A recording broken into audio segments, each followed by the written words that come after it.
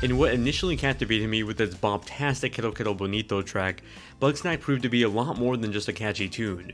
It was a whimsical adventure filled with laughs, mysteries, and of course, Bugsnax. Bugsnax is available on PS4, PS5, and PC this week, and for everyone on PlayStation Plus, it's the free download for November 2020. Bugsnax has you take on the role of a journalist that gets invited by explorer Elizabeth Megafig to the secluded island of Snaktooth. Snaktooth, as its name suggests, is the home of the Bugsnax, this mysterious race of creatures that are half bug and, well, half snack. Not a lot is known about them outside of Elizabeth's research, and that's why you're here to interview her and learn more about them. Sadly, as you arrive, Elizabeth goes missing and her village of friends all disperse as things go amok without a leader. Upon arriving on Snaktooth Island, you find Filbo, the Grumpus left in charge while Elizabeth is away. As the new face on the island, you quickly assume the role of the investigator and problem solver as you and Filbo work together to bring all the Grumpus back together and find out what happened to Elizabeth. Along the way, you'll uncover plenty of secrets and mysteries on the island and discover the wondrous anomalies in the world of Bugsnax. Bugsnax is a fun and entertaining mystery adventure filled with plenty of laughs as much as there were surprises. Its cast of characters are a diverse bunch with interesting personalities and backgrounds way more than its childlike design style would lead you to believe. I enjoyed my time on Snaktooth Island exploring what it had to offer and of course, finding and capturing all the Bugsnax I could lay my hands on. In many ways it harkens back to my days of playing Pokemon Snap on my Nintendo 64 and it was a delight every step of the way. Bugsnax is a first-person adventure game taking place in the fictional world of Snaktooth Island. It's here that you'll discover over 100 different types of Bugsnax across the handful of biomes that the island has to offer. Each Bugsnax takes on the form of a food and animal that mimics the attributes of both the food and said creature.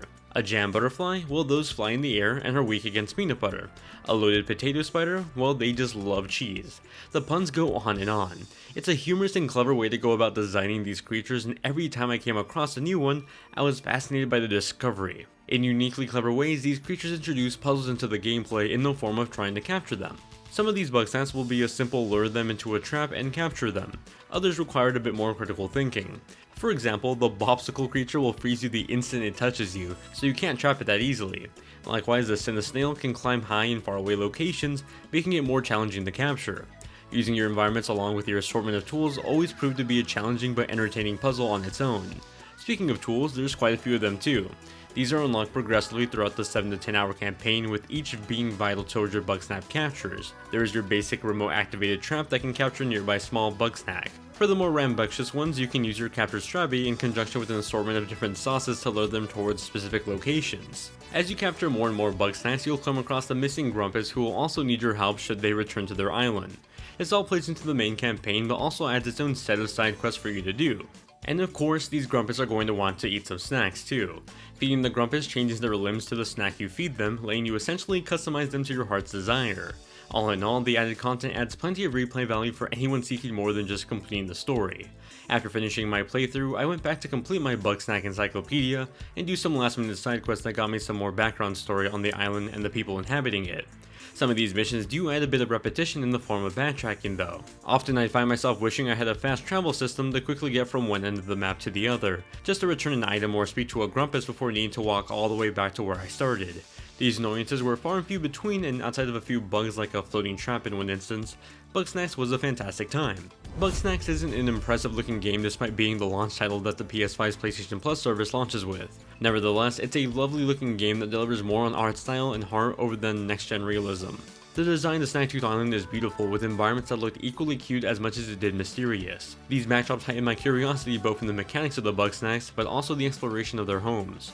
I often found myself sneaking around grass and bushes, peeking through every nook and cranny to make sure I didn't miss any lingering Bugsnax. That speaks volumes to its world design. It's certainly not a demanding game either. I was able to maintain a 1080p 60fps performance on the Ultra preset on my PC, consisting of a GTX 1060 and an i7 4790K.